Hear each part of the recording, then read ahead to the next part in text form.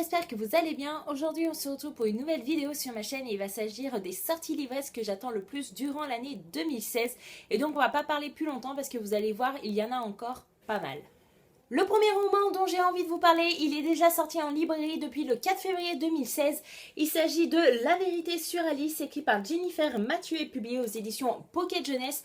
Moi, tout simplement, j'adore déjà la couverture. Ici, on va être dans un monde adolescent où on va suivre Alice, qui est le personnage principal et qui a une très mauvaise réputation au lycée puisqu'elle est considérée comme une traînée.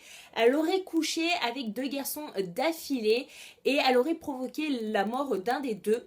Et du coup, tout le monde a sa propre vérité concernant Alice, mais selon les personnes, la vérité est totalement différente. Et du coup, l'auteur nous pose la question dans le résumé du livre, quelle sera notre propre vérité concernant Alice durant notre lecture.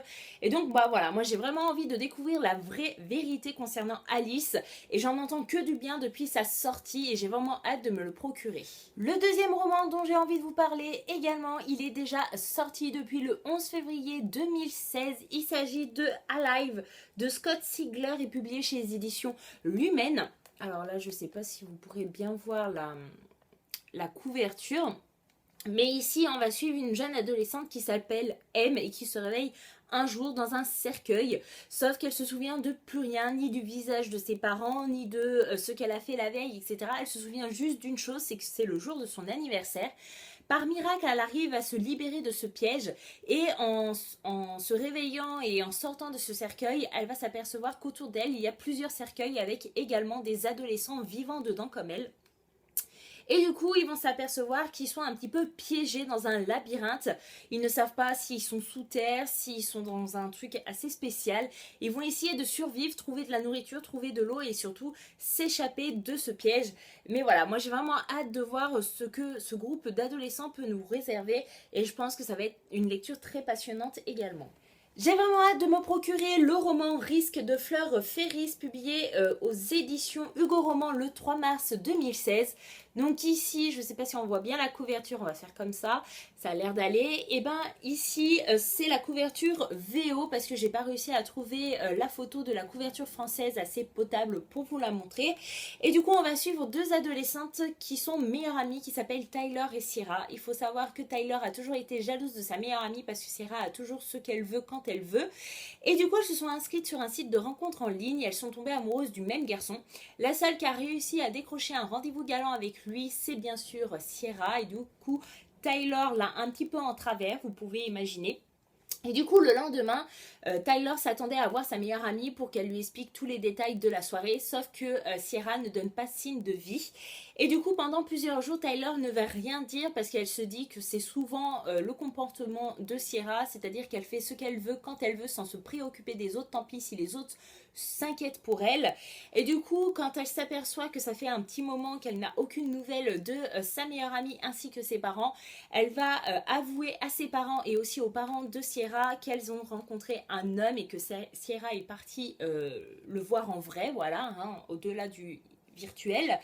Et du coup, là va commencer une enquête policière avec comme hypothèse que le personnage masculin, que l'homme qu'elle a rencontré pour être un tueur en série ou pas. Donc voilà, c'est vraiment un roman qui me tente énormément. J'espère que je pourrai me le procurer dès sa sortie, mais à voir. Le 3 mars 2016 sortira Le Jeu du Maître de James Dashner et publié aux éditions Pocket Jeunesse. Alors, voilà pour la couverture. La phrase d'accroche, c'est « Son monde est virtuel, mais le danger, lui, est bien réel ». J'ai vraiment hâte de me plonger dans cette nouvelle saga de l'auteur. Ici, on va suivre un groupe d'adolescents qui vont s'apercevoir que de mourir dans leur jeu vidéo peut les faire mourir dans la vraie vie et ils vont essayer de tout faire pour éviter cette tragédie. Et du coup, voilà, vous savez mon amour inconditionnel pour James Dashner et pour la saga Le Labyrinthe. Je l'avais lu d'une traite et donc j'essaye à nouveau avec une nouvelle saga de l'auteur parce que je pense que ça c'est un tome 1 et qu'il va y avoir plusieurs tomes dans cette saga et je vous en dirai très vite des nouvelles et j'espère que ça va me plaire autant que Le Labyrinthe. Et oui, encore un livre qui va sortir le 3 mars 2016, il s'agit du dernier roman de Karine Djebel qui s'appelle De Force, qui va sortir aux éditions Belfond. Je suis désolée pour la couverture, je n'ai pas trouvé mieux à vous montrer. Et du coup ici on va suivre un personnage principal, je ne sais pas si c'est une fille ou un garçon, donc je vais parler de lui ou de elle en disant le personnage, ça sera plus simple pour nous tous. Et du coup ici le personnage principal se retrouve à l'enterrement de sa maman. Pour lui, il ne s'est jamais senti aimé ni soutenu par cette mère. Pour lui, c'est une mère indigne. Et du coup, il décide de rentrer chez lui, d'aller dans son ancienne chambre. Et en arrivant dans cette ancienne chambre, il s'aperçoit qu'il y a juste un simple tabouret au milieu de la pièce avec une enveloppe dessus avec écrit son prénom. Et du coup, il va lire l'enveloppe qui serait peut-être le testament de la maman. Et on va voir que la seule chose que la maman va laisser à son enfant derrière elle, ça va être la haine. Franchement, j'entends que du bien de cet auteur et je n'ai jamais eu l'occasion de la découvrir. Donc pourquoi pas commencer avec ce nouveau roman. Le 3 mars 2016, et oui, ce n'était pas le dernier, sortira Little Sister de Benoît Sévrac, publié chez les éditions Syros. Donc voilà à quoi va ressembler la couverture. Je n'ai pas trouvé mieux, encore une fois, je m'excuse. Et donc je vais vous lire le résumé, ça sera plus simple. Donc du haut de ses 16 ans, Léna fait preuve d'une assurance étonnante. Pourtant sa vie est loin d'être simple. Léna Rodriguez, c'était son nom avant. Sa nouvelle identité, elle ne peut la relever à personne. Léna a convaincu ses parents de la laisser partir seule quelques jours chez son oncle et sa tante catalane. Elle ne leur a pas tout dit. Là-bas, elle a rendez-vous avec Ivan, son grand frère, que personne n'a vu depuis 4 ans. Depuis qu'il est parti sans explication faire le djihad en Syrie. Donc comme vous avez pu le voir avec le résumé, c'est un roman qui va porter sur le djihad en Syrie. C'est un roman dans le contexte actuel et du coup j'ai envie de voir ce qui va se cacher dans ce roman. Et je vous en parle très vite. Le 17 mars 2016 sortira chez Robert Laffont dans la collection R Immaculée de Kathleen Detweiler. Donc j'adore la couverture. Et la phrase d'accroche, c'est Mina a 17 ans, elle est vierge et enceinte.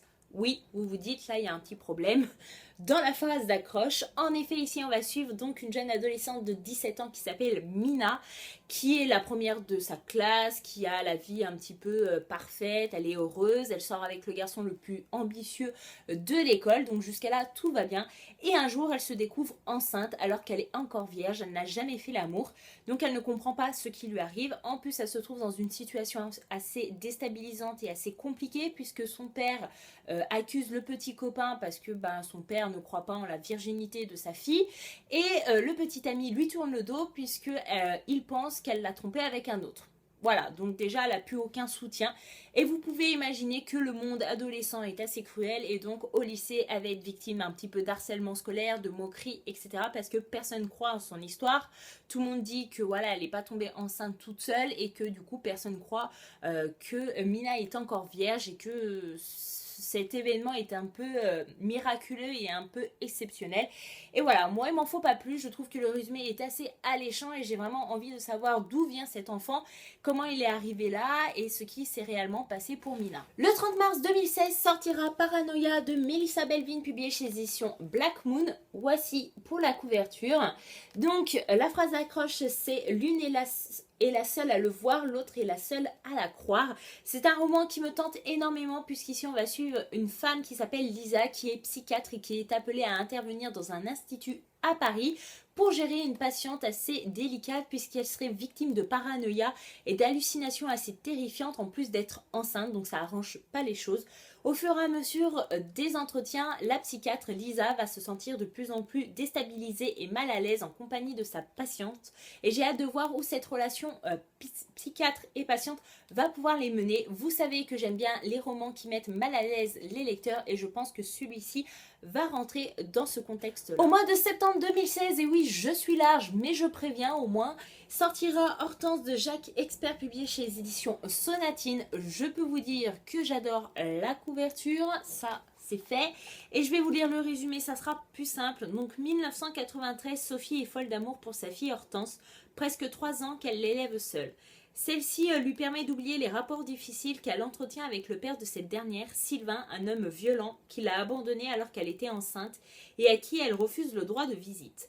Un jour, pourtant, Sylvain fait irruption chez elle et lui enlève Hortense. « Regarde-la, nous allons disparaître et tu ne la reverras plus jamais. » 2016, après des années de recherches vaines, Sophie ne s'est jamais remise de la disparition d'Hortense. Fonctionnaire au ministère de l'Éducation, elle mène une existence môme et très solitaire jusqu'au soir où une jeune femme blonde la bouscule dans la rue. Sophie en est sûre, c'est sa fille, c'est Hortense. Et à partir de ce jour-là, elle va observer cette petite fille en croyant à tout prix que c'est sa vraie fille. Elle va la suivre, elle va l'observer et on ne sait pas où ça va emmener. Mais j'ai vraiment hâte de voir ce que l'auteur nous réserve, sachant que j'avais adoré son livre qui était Adieu. Et j'avais vraiment apprécié la plume de l'auteur et donc j'espère que ce livre me plaira autant que le premier. Et en novembre 2016, il va sortir Nous allons mourir ce soir de Gillian Flynn, publié également chez les éditions Sonatine. Donc voilà, une couverture en noir et blanc, moi j'adore, ça fait son effet. Je vais vous lire le résumé, ça sera plus simple aussi. Après une enfance difficile, la narratrice anonyme devient travailleuse du sexe. Des années d'expérience sont développées chez elle un véritable don pour décrypter la psychologie de ses interlocuteurs, leurs intentions et leurs envies.